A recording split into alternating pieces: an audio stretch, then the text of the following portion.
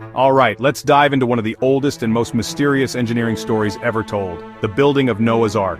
We've all heard the tale, a massive boat built to survive a world-ending flood, carrying pairs of every animal.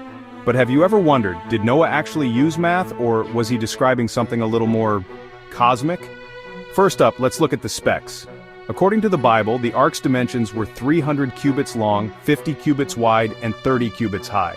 Now, a cubit is roughly the length of your forearm, about 18 inches or 45 centimeters.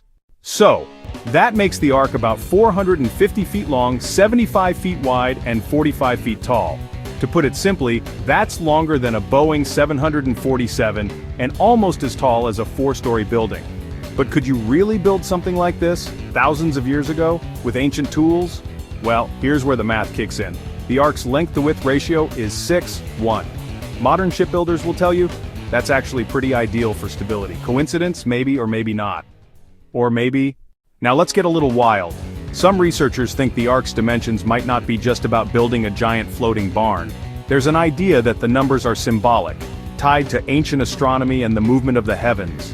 The number 300 pops up a lot in old stories. It could represent the days in a lunar year. The 30 cubits in height, maybe that's a nod to the 30 degrees each zodiac sign takes up in the sky. So, was Noah building a boat, or was he telling us something about how ancient people mapped the stars?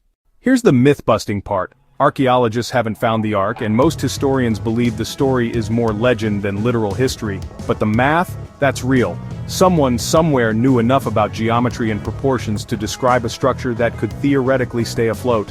Whether you see the ark as a real ship, an ancient science lesson, or a cosmic metaphor, it's clear the math behind it is more than just numbers.